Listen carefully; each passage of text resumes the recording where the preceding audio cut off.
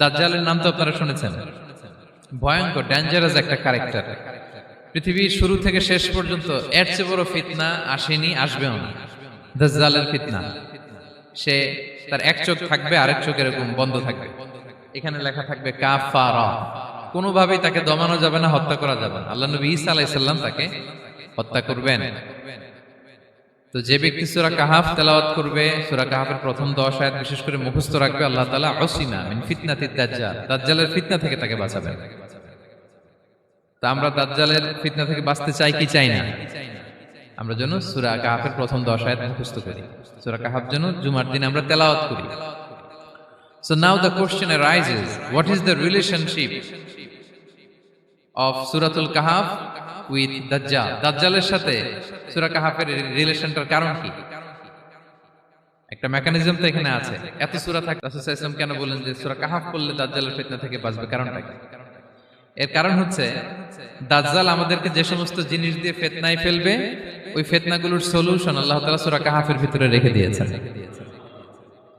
দাজ্জাল 4টা জিনিস দিয়ে আমাদেরকে ফিতনায় ফেলবে। দ্যাটস ট্রায়াল অফ ফেথ, এক নাম্বার। ঈমানের পরীক্ষা সে আমাদেরকে ফেলবে, আমাদের বিশ্বাস নিয়ে ছিনিমিনি খেলবে সে। এটার সলিউশন আছে সূরা কাহাফ, আমি বলবো আস্তে আস্তে। 2 নম্বরে দাজ্জাল আমাদেরকে ফিতনায় ফেলবে, দ্য ট্রায়াল অফ ওয়েলথ, সম্পদ দিয়ে সে আমাদেরকে ফিতনায় ফেলবে। 3 number, the trial of knowledge, জ্ঞান দিয়ে সে আমাদেরকে ফিতনায় ফেলবে। 4 number, the trial of power, ক্ষমতা দিয়ে সে আমাদেরকে ফিতনায় ফেলবে। দাজ্জাল 4টা জিনিস দিয়ে আমাদেরকে পরীক্ষায় ফেলবে। কয়টা? এক হচ্ছে ঈমানি পরীক্ষা, 2 হচ্ছে সম্পদ দিয়ে পরীক্ষা, 3 হচ্ছে জ্ঞান দিয়ে পরীক্ষা, 4 হচ্ছে ক্ষমতা দিয়ে পরীক্ষা। সে ঈমানের পরীক্ষায় আমাদেরকে ফেলবে। সে এসে বলবে আমি তোমার রব, এবং এটা প্রমাণ করার জন্য যা যা দরকার আল্লাহ তাআলা তাকে সব দিবেন। সে সব করতে পারবে। সে বলবে আমি তোমার রব। যদি বিশ্বাস না হয়, তোমার বাবাকে যদি জীবিত করে বিশ্বাস করবে? অনেকে বলবে হ্যাঁ, আমার আব্বাকে জীবিত করে দেখান। তো তার বাবাকে ঠিকই সে জীবিত করে ফেলবে। আসলে শয়তান তার বাবার সূরত নিয়ে সামনে দাঁড়াবে। আরে তাই তো, এটাই তো আমার বাবা, এটাই তো আমার দাদা। মানুষ ফিতনায় পড়ে যাবে, ঈমানের ফিতনায়। সে ভাববে আসলে এটাই বোধহয় আমার রব, এবং তাকে এত ক্ষমতা দেয়া হবে, তার ডান দিকে থাকবে জান্নাত, বাঁ দিকে জাহান্নাম। তার কাছে আল্লাহ এটা দিবে। যে তার কথা শুনবে তাকে সে জান্নাতে ঢুকাবে, কিন্তু জান্নাতে ঢুকে সে জাহান্নামের শাস্তি ভোগ করবে। এটা তার বাইরের মানুষ বুঝবে না, অ্যাপারেন্টলি এটা জান্নাত। আর যে তাকে মানবে না, তাকে সে জাহান্নামে ফেলবে, কিন্তু জাহান্নামে ঢুকলেও সে জান্নাতের নাজ নেয়ামত ভোগ করবে। তাহলে এই যে ঈমানের ফিতনায় সে ফেলে দিবে আমাদেরকে। তো ঈমান কি করে বাঁচাবো, এটার সলিউশন আমি শোনাবো আপনাদের। 2 নম্বরে সে আমাদেরকে সম্পদ দিয়ে ফিতনায় ফেলবে। যার যা লাগবে সে তাই দিতে পারবে, যা লাগবে। সে যদি আকাশকে বলে আকাশ বৃষ্টি দাও, যাকে তারা মানবে ওই এলাকায় বৃষ্টি হবে, সুজলা সুফলা শস্য শ্যামলা হবে সে সমস্ত এলাকা, ফল মূলে ভর্তি হবে, বরকত আর বরকত। আর যে এলাকার লোকেরা, জনপদের লোকেরা তাকে মানবে না, সে বলবে ওখানে বৃষ্টি হবে না, হবেও না। ওখানে খরা, দুর্ভিক্ষ, মাটি ফেটে চলছে, মানুষ না খেয়ে মরবে, মহামারী, দুর্ভিক্ষ দেখা দেবে। তখন বিশ্ববাসী মনে করবে এটাই বোধহয় আমাদের রব। তার মানে সম্পদ দিয়ে ফিতনায় ফেলে দিবে। 3 নম্বর হচ্ছে নলেজ, তার জ্ঞানের কাছে গোটা বিশ্ব হার মানবে। পূর্বের পরের যত জ্ঞান আছে সব আল্লাহ তাকে দিবে। ইলমুল আউয়ালিন ওয়াল আখিরিন, এমন কোন প্রশ্ন নেই যেটা দিয়ে তাকে আটকানো যায়। যাই জিজ্ঞেস করবেন সব জানতা, সব বলে দেয়। ভবিষ্যৎবাণী বলে দিবে, বলবে আগামীকাল ওইখানে অমুক দেশে বোমা বিস্ফোরণ হবে, হবে ওইখানে, ওখানে দুর্ভিক্ষ হবে, হবে, ভূমিকম্প হবে, হবে। সে যা বলবে তাই হবে। তার জ্ঞানের এই বহর দেখে মানুষ ফিতনায় পড়ে যাবে। 4 নম্বর হচ্ছে দ্য ট্রায়াল অফ পাওয়ার, ক্ষমতা। তার ক্ষমতার সামনে সবকিছু একেবারে ছিন্ন বিচ্ছিন্ন হয়ে যাবে, এত ক্ষমতা হবে তার। সে যেমনটি বলবে তেমনটি করতে হবে। বাতাসের চেয়ে দ্রুত বেগে সে এক দেশ থেকে আরেক দেশে চলে যাবে। তো তার এই সমস্ত অলৌকিক ক্ষমতা দেখে মানুষ ফিতনায় পড়ে যাবে। এবং এই ফিতনা, এই পরীক্ষার মুহূর্তগুলোতে মানুষ কিভাবে নিজেকে ধরে রাখবে তার সলিউশন আল্লাহ তাআলা সূরা কাহফে দিয়েছেন। এই 4টা ফিতনা থেকে বাঁচার জন্য আল্লাহ সূরা কাহফে 4টা ঘটনা উল্লেখ করেছেন। কয়টা? 1 নাম্বার হচ্ছে আসহাবে কাহফ, যুবকদের ঘটনা, 7 জন যুবকদের ঘটনা। ঈমান কি করে বাঁচাবেন, সলিউশন ওখানে। সম্পদ দের ফিতনা থেকে কিভাবে নিজেকে বাঁচাবেন, এজন্য একজন বাগানওয়ালার ঘটনা আল্লাহ সেখানে বলেছেন। জ্ঞানের ফিতনা থেকে কি করে বাঁচবেন, এজন্য আল্লাহ তাআলা মুসা আলাইহিস সালাম এবং খিজির আলাইহিস সালামের ঘটনা সেখানে উল্লেখ করেছেন। আর ক্ষমতার ফিতনা থেকে কি করে বাঁচবেন এটা বোঝানোর জন্য আল্লাহ তাআলা যুলকারনাইনের ঘটনা উল্লেখ করেছেন। চারটা ফিতনা থেকে বাঁচার জন্য কয়টা ঘটনা? চারটা ঘটনা। আমরা তাহলে একটা একটা করে ঘটনা শুনি, আমরা একটু উদ্ধার করার চেষ্টা করি যে কি কি সলিউশন আল্লাহ তাআলা আমাদের বাতল দিলেন। এক নম্বর হচ্ছে আসহাবে কাহাফের ঘটনা। এটা 250 খ্রিস্টাব্দের সময়কালে রোমান সাম্রাজ্যের একজন বাদশা ছিল, নাম দাকিয়ানুস। প্রতাপশালী বাদশা, পৌত্তলিক, মূর্তির পূজা করে। ঈসা আলাইহিস সালাম বিদায় নিয়েছেন 250 বছর হলো। তো সব নবীর ধর্মই কিন্তু ইসলাম, যদিও আমরা নাসারা বলি, ইহুদি বলি, সব নবীদের ধর্মই কি ইসলাম। তো তিনি ছিলেন পৌত্তলিক, মূর্তির পূজা করত। আর তার এলাকায় কেউ যদি ঈসা আলাইহিস সালামের নাম নিত, আখিরাতে বিশ্বাস করত, আল্লাহ বিশ্বাস করত, তাদেরকে তারা পাথর মেরে হত্যা করত। এজন্য ভয়ে কেউ ঈসাই ধর্মে ঈমান আনতো না, মানে ইসলামে ঈমান আনতো না। এই রাজার ভয়ে সবাই মূর্তির পূজা করত। কিন্তু 7 জন যুবক ছিল, তারা স্রোতে গা ভাসিয়ে দেয়নি, স্রোতের বিপরীতে তারা ঈমান নিয়ে দাঁড়িয়েছে। তারা ঈসা আলাইহিস সালামের রেখে যাওয়া সত্য ধর্মের উপর ঈমান এনেছিল, আখিরাতে তারা বিশ্বাস করত। তো এই 7 জন যুবকের কথা ছড়াতে ছড়াতে রাজা দাকিয়ানুসের কাছে চলে যায়। উনি তো রেগে মেগে আগুন, ডেকে পাঠালো 7 জনকে। তো তাদেরকে জিজ্ঞেস করলো, তোমরা কাকে মানো? বলতেছে এক আল্লাহকে মানি। সাহসী, খুবই সাহসী। বলতেছে তুমি কি জানো তোমরা কার সামনে কথা বলতেছো? আমি তো তোমাদেরকে মৃত্যুদণ্ড দিতে পারি। তারা বলে দেন, কিন্তু আমরা সব বিসর্জন দিলেও ঈমান বিসর্জন দিতে পারবো না। সুবহানাল্লাহ। তিনি বললেন, তোমরা যুবক মানুষ, রক্ত গরম, আবেগে কথা বলতেছো, 3 দিন সময় দিলাম, যাও।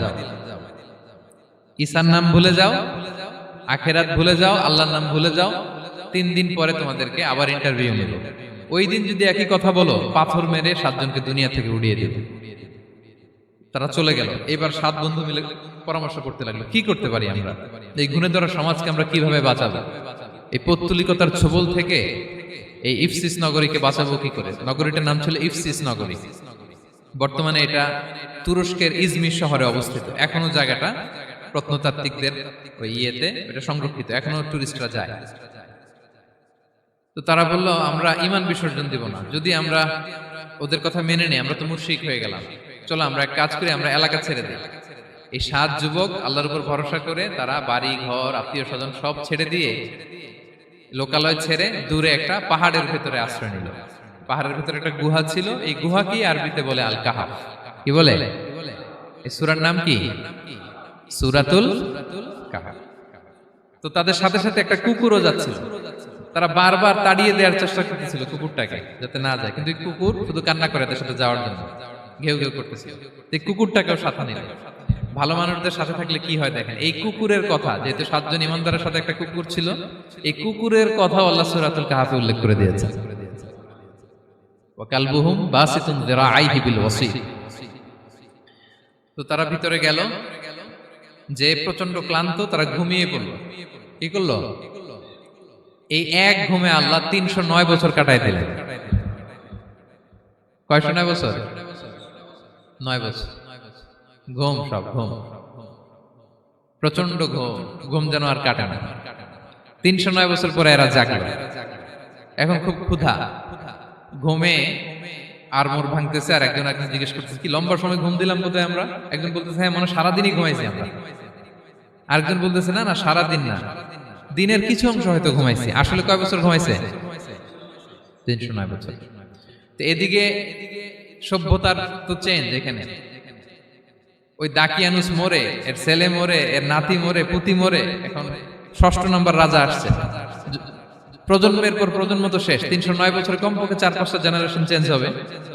তো জেনারেশন চেঞ্জ হয়ে, এলাকা চেঞ্জ হয়ে, তারা যে স্বপ্ন দেখেছিল এই ইফসিস নগরীতে কালিমার পতাকা উঠবে, তাদের স্বপ্ন আল্লাহ বাস্তবায়ন করেছেন। 309 বছরের ব্যবধানে এই এলাকার সবাই মুসলিম হয়ে গেছে। আল্লাহ চাইছিলেন ওদেরকে দেখাবে এটা, যে স্বপ্নটা যে বাস্তবায়ন হয়েছে এটা দেখাবে। তো ঘুম থেকে উঠছে, একজনকে তারা বললো যে লুকায় লুকায় চাদর মুড়ি দিয়ে কিছু রুটি নিয়ে আসো বাজার থেকে, যাতে তোমাকে না চিনে। চাদর মুড়ি দিয়ে যাও। কিছু পয়সা ছিল, মুদ্রা দিয়ে দিছে। তো সে যে যখন দোকানদারের কাছ থেকে রুটি নিছে আর মুদ্রা দিছে, দোকানদার বলে এই মুদ্রা কোত্থেকে আসলো? 309 বছর আগে মালয়েশিয়াতে রিঙ্গিট ছিল কিনা জানি না, যেভাবে ওরা ট্রানজাকশন করতে বা যেটা ছিল ওইটা যদি এখন কেউ দেয়, রাধুনী বিলাসে খাবার পাওয়া যাবে? হ্যাঁ। তো রুটিওয়ালা বলে তুমি বর্তমান সময়ের মুদ্রা দাও, এটা দিচ্ছ কেন? বলতেছে এটা তো বর্তমান সময়ের মুদ্রা। বলতেছে এই যে মুদ্রার মধ্যে দেখো কোন সালের সিল দেওয়া, এটা তো শত শত বছর আগে। বলতেছে কি বলে শত বছর আগে? আমি তো আজকে সকালেই বাজার করলাম, ওই বাজার করে যে টাকাগুলো ছিল ওইটাই তো পকেটে। বলতেছে বলে কি? নিশ্চয়ই তুমি গুপ্তধনের সন্ধান পেয়েছো, হিডেন ট্রেজার। বলো, মানে তার সাথে এদের কথাবার্তা কিছু মিলতেছে না। পরে তাকে ধরে ওই সময়কার রাজার কাছে নিয়ে গেছে। ওই রাজা আবার মুসলিম, সবাই মুসলিম তখন। সে যা বলে এরাও কেউ বিশ্বাস করে না, এরাও যা বলে এও বিশ্বাস করে না। আর এলাকা এর বাড়ি ঘর আসবে কোত্থেকে? এর নাতি পুতি যা আছে 5-6 পুরুষ তো মরে সবাই কবরে। তখন তার কথা শুনে সবাই অবাক। তো এটা মিলানোর জন্য তারা 309 বছর আগের দাকিয়ানুস বাদশার সরকারি যে নথিপত্র, ওই পুরাতন ছিঁড়া নথিপত্র তারা বের করলো। বের করে দেখে ঠিকই দাকিয়ানুস নামে এক বাদশা ছিল, আর অনেক শত শত বছর আগে মোস্ট ওয়ান্টেড 7 জন যুবক ছিল যাদের ব্যাপারে এক্সিকিউশনের অর্ডার ছিল। এখন দেখে তারা অবাক। লম্বা ঘটনা আমি খুব শর্ট করে বলতেছি। পরে সবাই মিলে তাকে সহ ওই গুহায় গেল। গুহায় যাওয়ার পরে সে বাকিদেরকে ডাকতে গুহার ভিতরে ঢুকলো। আল্লাহ তাআলা 7 জনকে ওইখানে মৃত্যু দিয়ে দিলেন। চিরকালের জন্য এই 7 জন ঘুমায় পড়ল। আর এলাকাবাসী রাজা সহ ওইখানে তারা একটা মসজিদ নির্মাণ করলো। This is the story of আসহাবে কাহাফ। তো এলাকাবাসী যদিও মুসলিম হয়েছিল, কিন্তু আখিরাতের ব্যাপারে তাদের একটা সন্দেহ ছিল যে আসলে মানুষ মরার পরে কি আবার জীবিত হবে? মৃত্যুবরণ করার পরে আবার মানুষ জীবিত হবে? তাদের মনের মধ্যে একটা সন্দেহ ছিল যে আসলে মারা গেলে মানুষ আবার উঠতে পারে।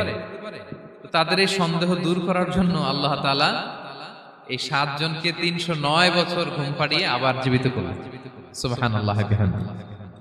তাহলে ঈমান কিভাবে বাঁচাতে হয় এটার প্রেরণা আমরা এই 7 যুবকের কাছ থেকে পাই। এখানে যেটা আমরা শিখি প্রিয় ভাইরা, 1 নম্বর লেসন হচ্ছে আমাদের গুড কোম্পানি লাগবে, রাইটাস পিপল, মানে আমাদের সার্কেলটা ভালো হইতে হবে। তাদের 7 জনের সার্কেলটা খুব ভালো ছিল, ফলে তারা বিপথে যায় নাই এবং তারা এমন শক্ত সিদ্ধান্ত নিয়েছে যে আল্লাহ তাআলা সেটাতে বরকত দিয়েছেন, গোটা সমাজকে আল্লাহ তাআলা চেঞ্জ করে দিয়েছেন। এটা হচ্ছে 1 নম্বর লেসন। আপনি ঈমান বাঁচাতে হলে আপনার সার্কেল ভালো লাগবে।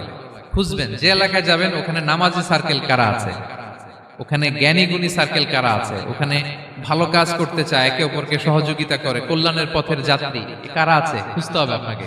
খুঁজে ওই সার্কেলে আপনি যুক্ত হবে, তাইলে ঈমান বাঁচানো যাবে। ক্লিয়ার? 2 নাম্বার হচ্ছে conflict between believers and disbelievers it's universal. সত্য মিথ্যার লড়াই এটা চিরন্তন, আজীবন থাকবে। এটা ওনাদেরও ছিল, এখনো আমাদের লড়াই করে যেতে হচ্ছে, আমাদের ভবিষ্যৎ প্রজন্মও করবে। এই লড়াইটা আমরা করে যেতে চাই। কি বলেন? হ্যাঁ, থামা যাবে না? আমরা থামতে আসি নাই, আমরা এই লড়াইটা করে যাব। আমরা সত্যের কথা বলেই যাব ইনশাআল্লাহ। বলেন। 3 নাম্বার হচ্ছে যে লেসনটা আমরা পাই, অনেকগুলো লেসন, আমি খুব প্রেসাইজলি বলতেছি। যুবকরা চাইলে একটা সমাজকে পাল্টে দিতে পারে। এই পৃথিবীতে যত বড় বড় বিপ্লব হয়েছে এগুলো যুবকরা এনেছে। তারা হচ্ছে সভ্যতা গড়ার কারিগর। আসহাবে কাহাফ আমাদের এই সময়ের নওজওয়ানদের জন্য প্রেরণা। তারা আমাদের জন্য প্রেরণার বাতিঘর। তারা যেমনি ঈমানকে রক্ষা করেছে, আমাদের যুবকরা চাইলেও তাদের ঈমানি চেতনাতে স্পিরিট দিয়ে সমাজটাকে পাল্টে দিতে পারে। কি বলেন? এখানে বেশিরভাগই তো যুবক। হ্যাঁ, গুড সার্কেলে থাকবেন তো আপনারা? সত্যের পক্ষে সবাই থাকবেন তো? আল্লাহ তাআলা কবুল করুন। আচ্ছা, এবার 2 নাম্বার ছিল সম্পদের ফিতনা, কিভাবে বাঁচবেন। আসহাবে কাহাফের পরে সূরা কাহাফে আল্লাহ তাআলা একজন বাগানওয়ালার ঘটনা বলেছে। 2 জন বন্ধু, একজন একটু গরিব, সে বিশ্বাসী, আরেকজন ধনী, সে অবিশ্বাসী। তাকে আল্লাহ তাআলা বিশাল বড় খেজুরের বাগান আর আঙ্গুরের বাগান দিয়েছেন, বিশাল বড়, অনেক বড় বিজনেস ম্যাগনেট। তো এই সম্পদের অহংকার সে করত। সে প্রায় তার গরিব বন্ধুকে বলতো যে তোর চেয়ে আমার সম্পদও বেশি, সন্তানও বেশি, জনবল বেশি, লোকবল বেশি, অর্থবল বেশি, সব বেশি। অহংকারে তার পা মাটিতে পড়তো না। আর সে আখিরাতে অবিশ্বাস করত এবং সে বলতো যে এই সম্পদ আমারে বাঁচাবে, চিরকাল আমাকে স্মরণীয় করে রাখবে, এই সম্পদ কোনোদিন যাবে না। অনেক বড় বড় ধনীরা আছে, তারা এরকম মনে করে যে আমি এত বড় সিআইপি, হ্যাঁ, আমি এত বড় বিজনেস ম্যাগনেট, এই দিন বোধহয় আর চেঞ্জ হতে পারে না, আমার আজীবনই বোধহয় এত পাওয়ার থাকবে, এত সম্পদ থাকবে। এটা ভুল ধারণা। এটা কি ভুল ধারণা? এই যে তুরস্কে দুর্ভিক্ষ হইল না, আপনারা দেখছেন না যে অনেক সম্পদের মালিক বাড়ি ঘর ভেঙে রাস্তার ফকির, এখন ওই যে ডিফিউজিদের জন্য যে খাবার আসছে ওখানে লাইনে দাঁড়াইছে, কারণ এখন লাইনে না দাঁড়ালে খাবারও তো মিলবে না। 1000 কোটি টাকার মালিক ছিল, ভেঙে চুরে সব শেষ। এখন রিলিফের নেওয়ার জন্য দুস্থদের কাতারে ওখানে দাঁড়াইছে, কারণ দাঁড়াইলেই কিছু খাবার পাওয়া যাবে, খিচুড়ি পাওয়া যাবে, তা না হলে তো খাবারটাও মিলবে না। এই যে বঙ্গবাজারে আগুন লাগলো আমাদের বাংলাদেশে, 20টা 25টাও দোকান ছিল অনেকের যাদের অন্যান্য বিজনেস আছে তারা হয়তো সার্ভাইভ করতে পারতেছে, কিন্তু এমন অনেক ব্যবসায়ী ছিল সব শেষ, জ্বলে পুড়ে তার টাকা পয়সা পুঁজি স্বপ্ন সব শেষ। তো ধনীকে গরিব বানাতে আল্লাহর 1 সেকেন্ডও লাগে না। ওই বিশাল প্রাসাদ থেকে টেনে ভাঙ্গা থালা হাতে দিয়ে রাস্তায় নামাইতে আল্লাহর কয় সেকেন্ড লাগে বলেন তো? 1 সেকেন্ডও লাগে না। সো এই লেসনটা কিন্তু আমাদের নিতে হবে। এবং ওই ব্যক্তির নসিবে তাই ঘটেছিল, সে যখন অহংকার করতেছিল আল্লাহ তাআলা আকাশ থেকে হুসবান একটা আগুন পাঠালেন। ওই আগুন এসে তার আঙ্গুরের বাগান, তার খেজুরের বাগান, বিশাল মাইলকে মাইল এই বাগান জ্বালিয়ে পুরো মুহূর্তের মধ্যে সারখার করে, এবং মুহূর্তের মধ্যে সে পথের ভিখারি, ফকির। এই ঘটনাটা এনে আল্লাহ তাআলা সম্পদশালীদেরকে রিমাইন্ডার দিলেন যে এই সম্পদের ফিতনায় তোমরা পড়ে যেও না। আমরা সম্পদশালী হলে বাস্তবতা অনেক সময় ভুলে যাই। সূরাতুল হুমাযাতে আল্লাহ তাআলা বলেন ইয়াহসাবু আন্না মালাহু আখলাদা, সম্পদশালীরা মনে করে এই সম্পদ আমাকে চিরকাল বাঁচিয়ে রাখবে, চিরকাল বোধহয় এই সম্পদ আমার হাতে থাকবে। না, এটা হাতের ময়লা, আজ আছে কাল নাই, যে কোনো সময় চলে যেতে পারে। এটা হচ্ছে ম্যাটেরিয়ালিস্টিক আউটলুক, বস্তুবাদী চিন্তা থেকে এই আমাদের ধনী ভাইদের এই সমস্যাটা হয়, ভোগবাদী চিন্তার প্রভাব আর কি। সম্পদ যখন হাতে থাকে ধরাকে সরাজ্ঞান করে, মনে করে যে সবই আমার কন্ট্রোলে। না, আপনারে ওই গরিবের কাতারে আনতে, ওই রিলিফের সম্পদ নেয়ার জন্য ওই লাইনে দাঁড় করাইতে আল্লাহর 1 সেকেন্ডও লাগে না। এটা খেয়াল রাখতে হবে। আমরা যখন প্রাইভেট কারে চড়ি মাঝে মাঝে অনেকে এসে হাত পাতে, এদেরকে ছোট করা যাবে না। গল্পটা আল্লাহ ভিন্ন করতে আল্লাহর 1 সেকেন্ডও লাগে না। ওইদিকে আমি দাঁড়ায় হাত পাততাম আর উনি প্রাইভেট কারে বসে থাকতো, আল্লাহ চাইলে এরকম করতে পারতেন না? পারতেন।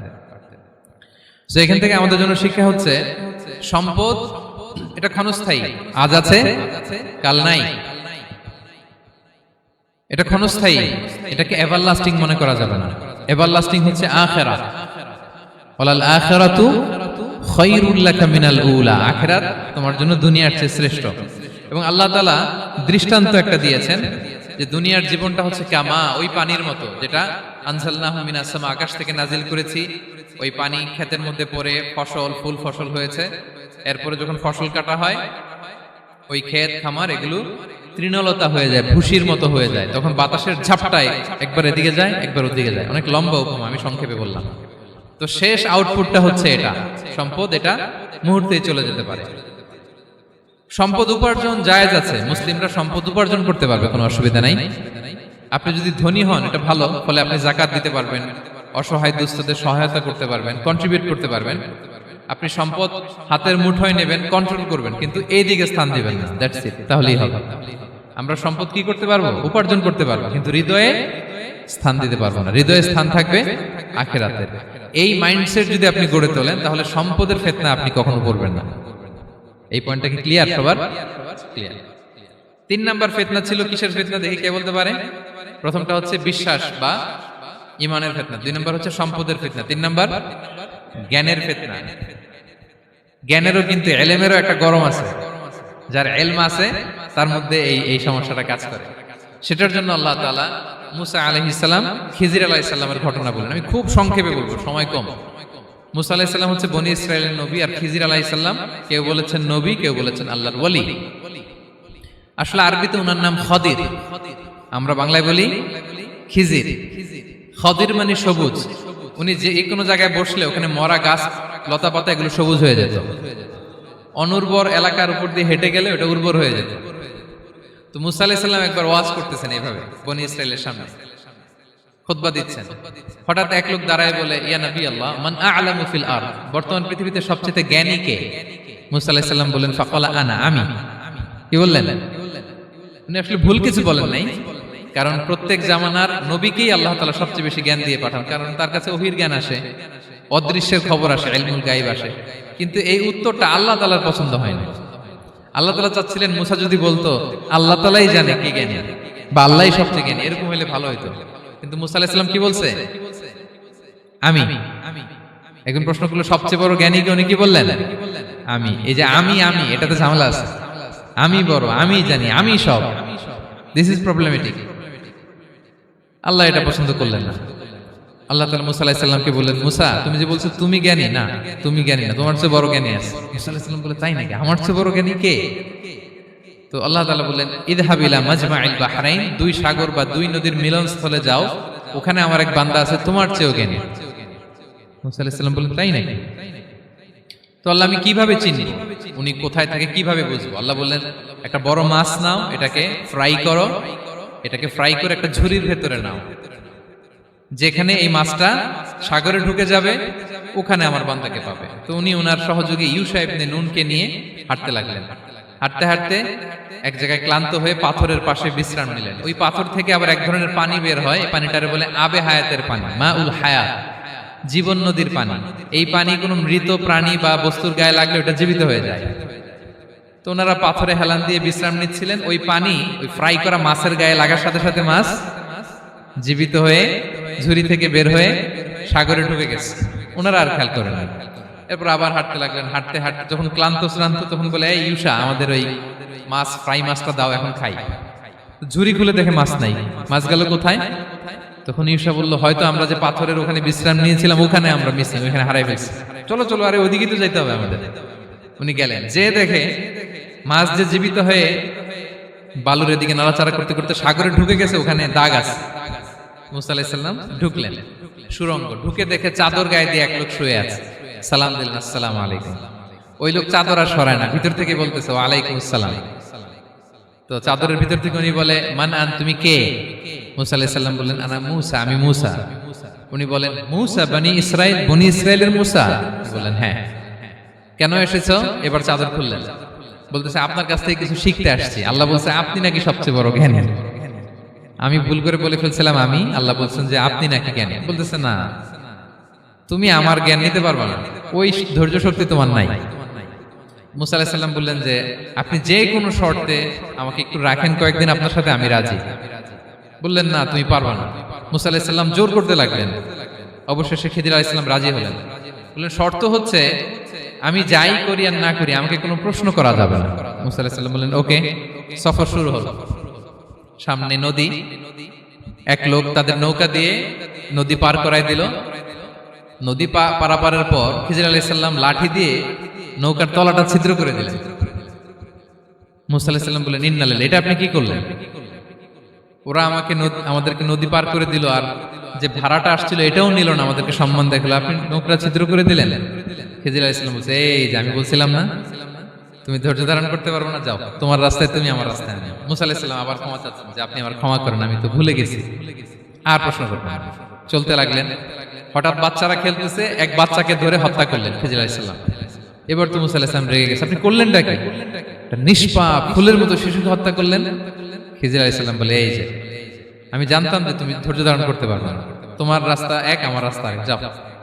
এবার মুসা আলাইহিস সালাম করজোর করতেছে যে this is the last chance, একটা ফাইনাল চান্স দেন, একটা সুযোগ দেন, আর আমি প্রশ্ন করব না, এটাই লাস্ট। বলেন, ওকে, ঠিক আছে। হাঁটতে হাঁটতে এক ইহুদি বসতির সামনে যে হাজির, দুজনই খুব ক্ষুধার্ত, খাবার চাইলো, এরা আবার কৃপণ, খাবার দিল না। তো খিজির আলাইহিস সালাম বললেন, ঠিক আছে, খাবার যেটা দিচ্ছেন আমরা চলে যাই। যাওয়ার পথে দেখতেছে এই এলাকার একটা দেয়াল ভেঙে পড়ে যাবে। তিনি বললেন, মুসা চলো এটা ঠিক করে দেই। দুইজন মিলে প্রচন্ড ক্ষুধায় এটা সেটা এনে দেয়ালটা তৈরি করতেছে। মুসা আলাইহিস সালাম তো এমনিই রাগী, পেটে আবার ক্ষুধা, আবার বলছে কিছু বলাও যাবে না। তিনি এবার আর প্রশ্ন করেন, বলতেছে, ওরা এত কিপটামি করলো আর আপনি এটা করে দিলেন, আপনি তো চাইলে এটা টাকা নিতে পারতেন, পারিশ্রমিক নিতে পারতেন চাইলে।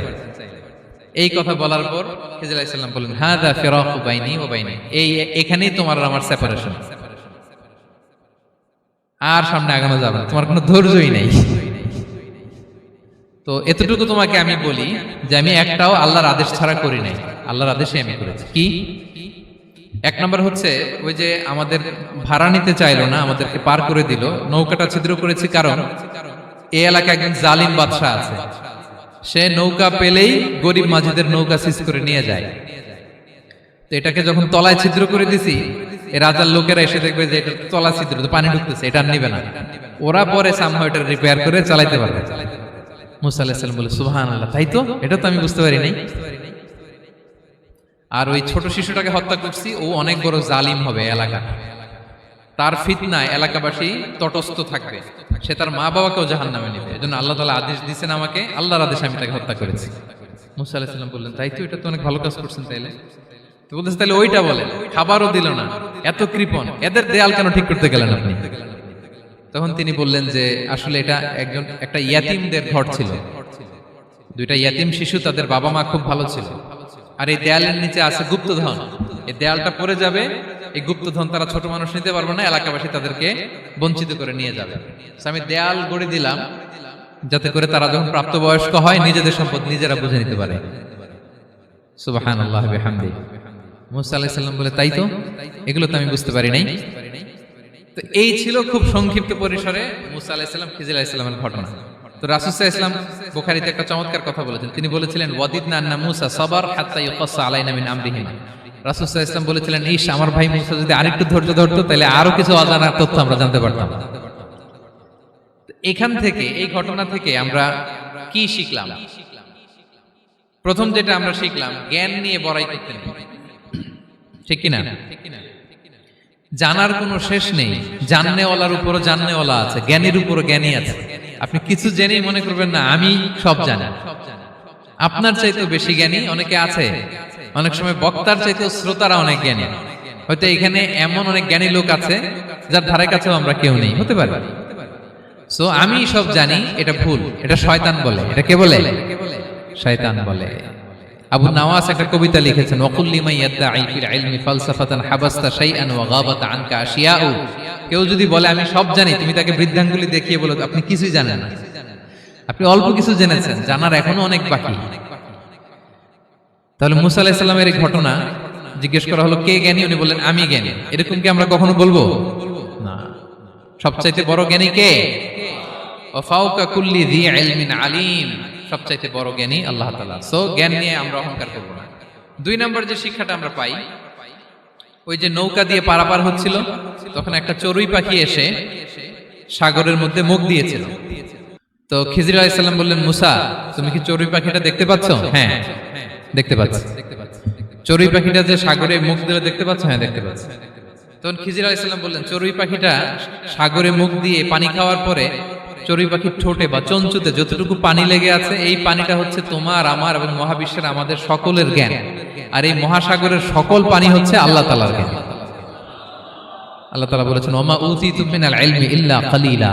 আমি তোমাদেরকে একেবারে অল্প জ্ঞান দিয়েছি, একেবারে অল্প।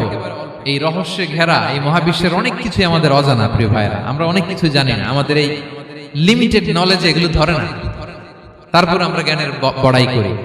আপনারা উপমাটা বুঝতে পারছেন? একটা নৌকা থেকে চড়ুই পাখি ঠোঁট দিয়ে পানি খাচ্ছে, পানি খাওয়ার পরে স্বভাবতই চড়ুই পাখির ঠোঁটে একটু পানি তো লাগবে। খিজির বললেন যে এই পানিটা হচ্ছে তোমার আমার পৃথিবীর সবার জ্ঞান, আর এই সাগরের বাকি পানিগুলো কার জ্ঞান? এবার বুঝতে পারছেন আল্লাহ তাআলার জ্ঞানের পরিধি। আমরা জ্ঞান নিয়ে যেন কখনো কি না করি, বড়াই না করি। জ্ঞান দুই ধরনের, একটা বাহ্যিক জ্ঞান, একটা অন্তর্নিহিত জ্ঞান। External knowledge, internal knowledge. আমরা যখন কোরআন হাদিস পড়ি আমাদের বাহ্যিক জ্ঞান অর্জন হয়। কোরআন হাদিস পড়লেই আপনি জ্ঞানী হয়ে যান। এটা কোরআন হাদিস পড়তে হয়, এটা ডাইজেস্ট করতে হয়, এটার উপর আমল করতে হয়।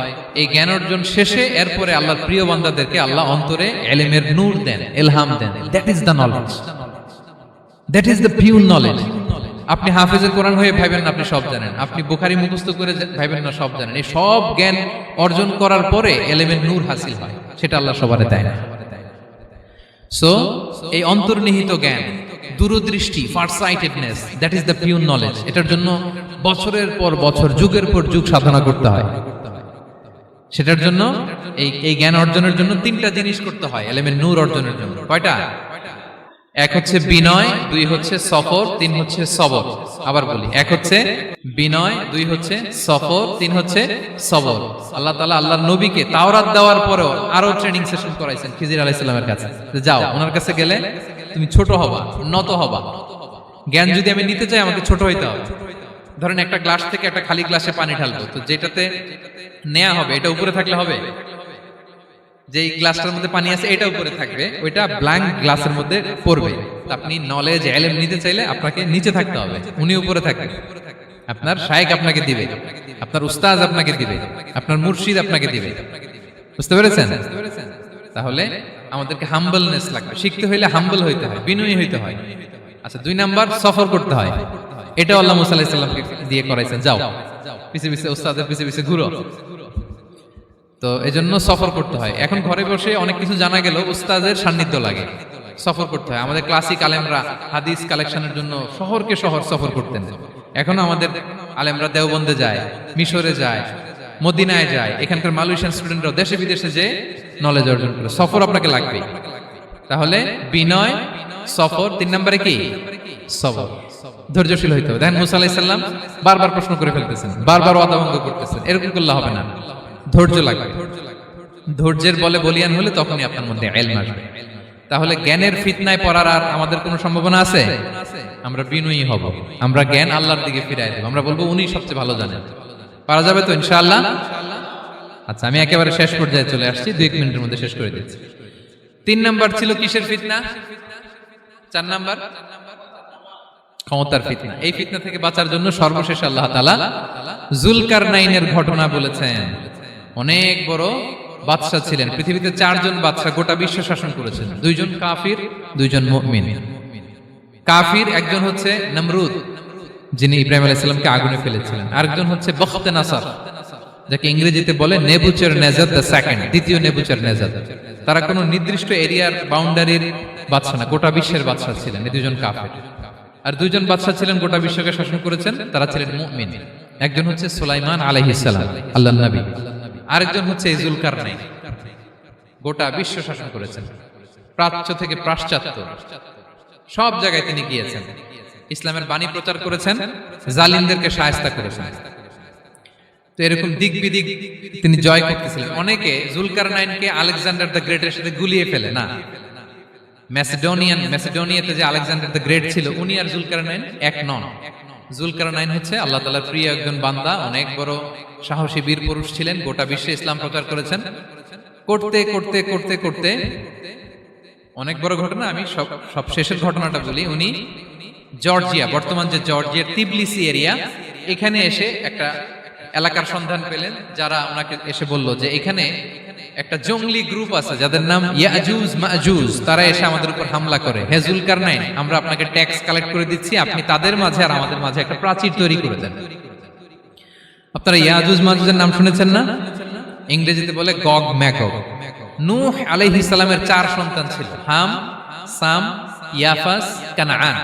এই ইয়াফাসের বংশধর হচ্ছে ইয়াজুজ মাজুজ, জঙ্গলি, হাজার হাজার শুধু বংশ বিস্তার করে। তারা এসে লোকালয়ে মানুষের উপর আক্রমণ করে, তাদের গবাদি পশু এগুলো ছিনিয়ে নেয়, ফলমূল খেয়ে ফেলে।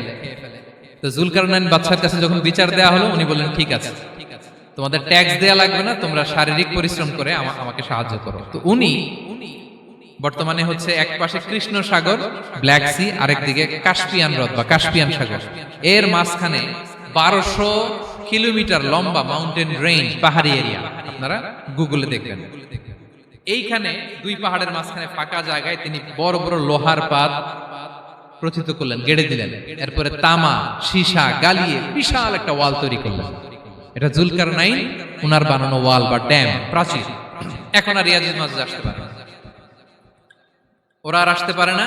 ওরা প্রতিদিন এটা ভাঙার চেষ্টা করে, কিন্তু ভাঙতে ভাঙতে আরেকটু ভাঙলেই ভেঙে যাবে। ওরা বলে আগামীকাল ভেঙে ফেলবে, ইনশাল্লাহ বলতে ভুলে যায়। এজন্য এরপরের দিন এসে দেখে আবার এটা আগের মতো হয়ে আসছে। কিয়ামতের আগ দিয়ে ওদের মধ্যে এই ইনশাআল্লাহর প্রেরণা আসবে। তাদের একজন বলে উঠবে, আগামীকাল ইনশাআল্লাহ আমরা এটা ভেঙে খান খান করে দেব, ঠিকই ভেঙে ফেলবে। তখন তারা ভেঙে চুরে কুটি কুটি ইয়াজুজ মাজুজের দল এসে হামলে পড়বে। সামনে পড়বে তাবারিয়া সাগর, একদল এসে তাবারিয়া সাগর এমন ভাবে খাবে, এই দল যাওয়ার পরে আরেক দল এসে এখানে যে সাগরে যে পানি ছিল এটা কল্পনাই করতে পারবে না। তারা পৃথিবীতে ফিতনা ফাসাদ করবে। ঈসা আলাইহিস সালাম তখন আসবেন, দোয়া করবে আল্লাহ তাআলার কাছে মুমিনরা, একটা মহামারী দিবে আল্লাহ তাআলা ইয়াজুজ মাজুজের মধ্যে, ওরা মরে যাবে সব। এরপর বিশাল এক পাখি এসে তাদেরকে আল্লাহর মর্জি মাফিক এমন এক জায়গায় ফেলে আসবে, কেউ জানবে না। তো তারা যে পচে গলে মাটির সাথে মিশেছিল, এই গলিত লাশ থেকে মাটি খুব উর্বর হয়ে যাবে। এরপর আল্লাহ তাআলা পৃথিবীর মধ্যে বারাকা দিবেন, কিছু রোপণ করলে তাড়াতাড়ি ফুলে ফেপে বড় বড় ফলমূল হচ্ছে। তো এটা কিয়ামতের আলামতের অন্য কোনো আলোচনায় হয়তো আমরা বলবো। তো জুলকারনাইন তিনি বিশাল এখানে প্রাচীর তৈরি করে দিয়েছিলেন, এবং প্রাচীর তৈরি করে দিয়ে তাদেরকে বলেছিলেন যে যতদিন আল্লাহ তাআলা চাইবেন এটা থাকবে, এবং যেদিন আল্লাহ তাআলার আদেশ আসবে এটা ভেঙে খান খান হয়ে যাবে। তার মানে দেখেন, এত পাওয়ারফুল, এত শক্তিশালী, এত ক্ষমতাধর হওয়ার পরেও তিনি তার ক্ষমতাকে কার দিকে ফিরিয়ে দিয়েছেন? যে আল্লাহ যতদিন চাইবে এই প্রাচীর টিকে থাকবে, যেদিনই আল্লাহ তাআলার আদেশ আসবে এই প্রাচীর ভেঙে খান খান হয়ে যাবে। সো আমরা ক্ষমতার দেখা পেলে, চেয়ার একটা পেলে, আমরা যেন জালিম হয়ে না উঠি, এটা হচ্ছে এখান থেকে শিক্ষা। আমরা যেন জুলুম না করি। উনি সম্পদের মালিক ছিলেন, ক্ষমতার মালিক ছিলেন, কিন্তু উনি যে আল্লাহর বান্দা এটা ভুলে যান নাই। আমরা যখন ক্ষমতাশীল হই, আমরা যখন প্রধানমন্ত্রী হই, আমরা যখন প্রেসিডেন্ট হই, আমরা যখন পাওয়ারফুল হই, আমাদের সবচেয়ে বড় পরিচয় যে আমরা আব্দুল্লাহ, আল্লাহর গোলাম, এটা আমরা ভুলে যাই। আমাদের আসল পরিচয় কি? আমরা আল্লাহর গোলাম। আমরা যে আল্লাহর গোলাম, এই চিন্তাটা, এই সেন্সটা যদি আমাদের মাথায় থাকে, তাহলে ক্ষমতা আমাদেরকে দাম্ভিক বানাতে পারে না, আর ওই ক্ষমতা আমাদেরকে ফিতনায়ও ফেলবে না। তাহলে সম্মানিত সুধী, দাজ্জাল কয়টা জিনিস দিয়ে আমাদেরকে ফিতনায় ফেলবে? চারটা। দ্য ট্রায়াল অফ ফেইথ, ইমানের পরীক্ষা; দ্য ট্রায়াল অফ ওয়েলথ, সম্পদ দিয়ে পরীক্ষা; দ্য ট্রায়াল অফ নলেজ, জ্ঞানের পরীক্ষা; দ্য ট্রায়াল অফ পাওয়ার, ক্ষমতার পরীক্ষা। আর ইমানের পরীক্ষায় উত্তরণের জন্য আল্লাহ তাআলা আমাদেরকে এই সূরায় আসহাবে কাহফের ঘটনা শুনিয়েছেন, যে 7 জন যুবক তারা তাদের ইমানকে হেফাজত করেছিল। সম্পদের ফিতনা থেকে বাঁচানোর জন্য আল্লাহ তাআলা আমাদেরকে এক বাগানওয়ালার কাহিনী জানিয়েছেন, যে সম্পদ পেয়ে তোমরা দাম্ভিক হয়ে যাও না, এটা আজ আছে কাল থাকবে না। জ্ঞানের পরীক্ষা থেকে আমাদের মুক্তির জন্য আল্লাহ তাআলা অনেক বড় করে আল্লাহ নবী মুসা আলাইহিস সালাম এবং খিজির আলাইহিস সালামের ঘটনা শুনিয়েছেন, আমাদের বুঝিয়েছেন যে আমাদেরকে বিনয়ী হতে হবে, জ্ঞানের জন্য সফর করতে হবে এবং সবর করতে হবে। সবশেষে আল্লাহ তাআলা ক্ষমতার ফিতনা থেকে বাঁচানোর জন্য ক্ষমতাধর, আমরা তো একটা দেশের মালিক হই এখন, অমুক দেশের প্রেসিডেন্ট, অমুক দেশের প্রধানমন্ত্রী, উনি গোটা বিশ্বের প্রতাপশালী রাজা ছিলেন জুলকারনাইন। তারপরেও উনি যে আব্দুল্লাহ, উনি যে আল্লাহর গোলাম, এটা তিনি ভুলে যাননি। তাহলে এইভাবে যদি আমরা এই ফিতনাগুলো থেকে বাঁচার চেষ্টা করি, তাহলে এই ফিতনা থেকে আমরা বেঁচে থাকতে পারবো, এবং দাজ্জাল যদি এই মুহূর্তেও আসে, সে আমাদেরকে বিভ্রান্ত করতে পারবে না। পারবে? পারবে না ইনশাআল্লাহ। ইনশাআল্লাহ বলেন। আর ভবিষ্যতের সব কাজের আগে আমরা সবসময় কি বলবো? মনে থাকবে সবার? আল্লাহ তাআলা আমাদের সবাইকে কথাগুলো বোঝার ও আমল করার তৌফিক দান করুক। হাযা মা ইনদি ওয়াল ইলমু ইনদাল্লাহ আলাইহি তাওয়াক্কালতু ওয়া ইলাইহি উনীব। ওয়াসসালামু আলাইকুম ওয়া রাহমাতুল্লাহি তাআলা ওয়া বারাকাতুহু।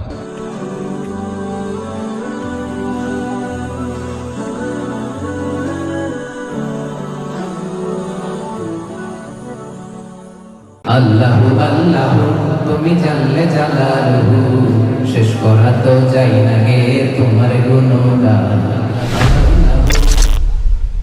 আসসালামু আলাইকুম ওয়া রাহমাতুল্লাহি তাআলা ওয়া বারাকাতুহু।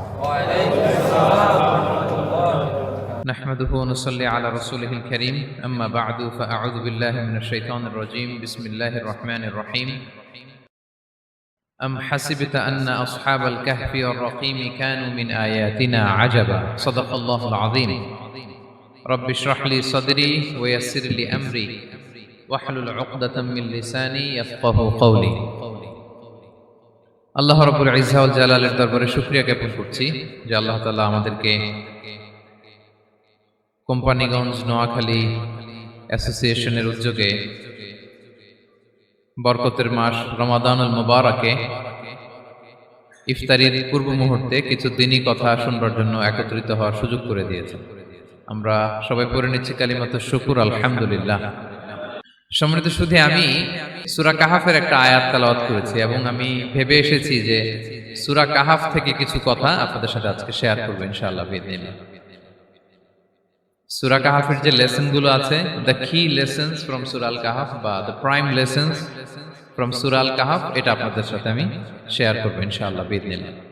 সূরা কাহাফ এটি মাক্কি সূরা, মক্কায় নাজিল হয়েছে। এটা কোরআনের একেবারে মিডলে অবস্থিত, 15 পারায়, কোরআনের 18 নম্বর সূরা। আপনারা অনেকে দেখে থাকবেন যে সূরা কাহাফের মধ্যে একটা শব্দ আছে ওয়ালিয়াতালাত্তাফ।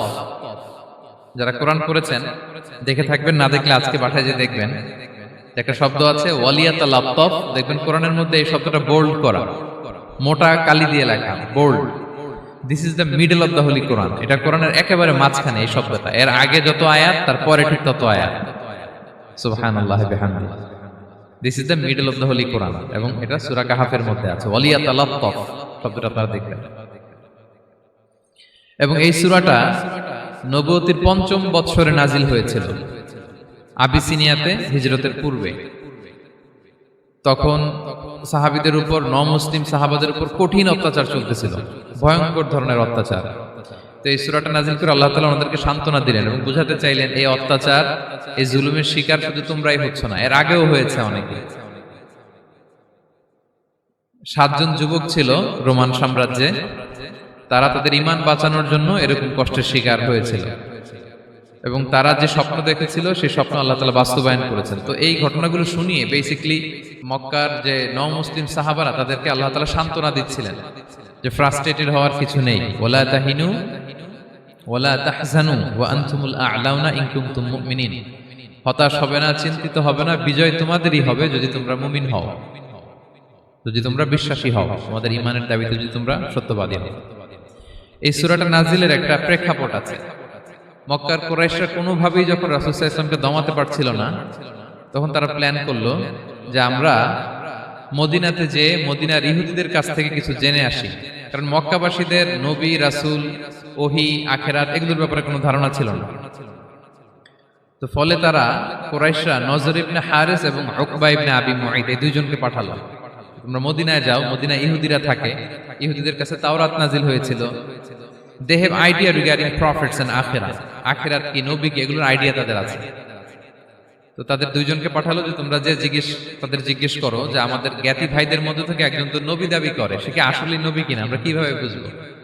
তো যেই চিন্তা সেই কাজ, তারা গেল মদিনাতে, মক্কা থেকে মদিনায়, যে খুলে বললো যে আমাদেরই এক ছেলে, আমাদেরই এক লোক বয়স 40 হওয়ার পর থেকে বলে আমি নবী, আমার কাছে ওহী আসে, আল্লাহ আমার কাছে বাণী পাঠায়, আর তিনি আমাকে বাণী বাহক করে পাঠিয়েছেন তোমাদের কাছে। এটা আসলে সত্য কিনা, আমরা একটু কনফিউশনে আছি। তো ইহুদিরা বলল তোমরা যে তাকে 3টি প্রশ্ন করবে, যদি উত্তর দিতে পারে বুঝবে সত্য নবী। 1 নম্বরে জিজ্ঞেস করবে যে মুহাম্মদ বলো তো আসহাবে কাহাফ কারা, আসহাবে কাহাফ সম্পর্কে তোমরা কি জানো? যে সূরাটার নাম সূরাতুল কাহাফ। কাহাফ মানে হচ্ছে কেই, গুহা, মানে গুহাবাসী। 7 জন যুবক এই গুহার ভিতরে আশ্রয় নিয়েছিল ঈমান বাঁচানোর জন্য। মুহাম্মদ তুমি যদি সত্য নবী হও বলো এই ঘটনাটা কি। 2 নম্বরে তাকে জিজ্ঞেস করবে জুলকারনাইন বাদশা সম্পর্কে কি জানে, সে কিছু জানে কিনা।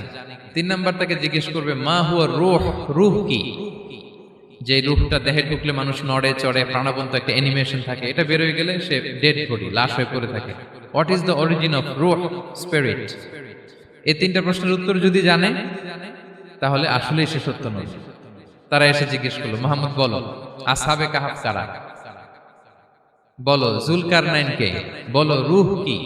এই 3টা প্রশ্নের উত্তর যদি করতে পারো তাহলে বুঝবে তুমি সত্য নবী। রাসূল সাল্লাল্লাহু আলাইহি ওয়াসাল্লাম বললেন ঠিক আছে যাও, আগামীকাল উত্তর বলে দেব।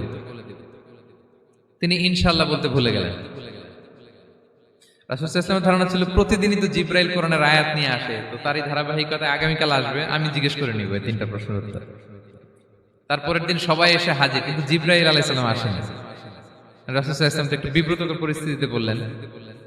তারা বলল তুমি তো আজকে অ্যাপয়েন্টমেন্ট দিয়েছো, ডেট দিয়েছো, বলো উত্তর বলো। রাসূল সাল্লাল্লাহু আলাইহি ওয়াসাল্লাম বলল আজকে না, আগামীকাল বলে দিবেন। রাসূল সাল্লাল্লাহু আলাইহি ওয়াসাল্লাম ইনশাআল্লাহ কথাটা আর মনে করতে পারতেছেন না। এরপরের দিনও তারা এসে হাজির, কিন্তু রাসূল সাল্লাল্লাহু আলাইহি ওয়াসাল্লাম উত্তর দিতে পারতেছেন না।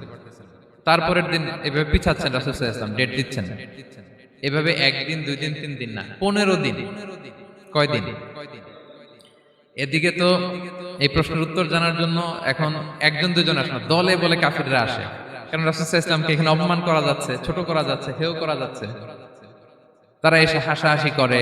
আবু বকর, ওমর রাদিয়াল্লাহু আনহুকে বলে দেখো তোমরা না বলছো সত্য নবী, উনি সত্য নবী হলে তো প্রথম দিন উত্তর দিয়ে দিতে পারতো, পারে না কেন?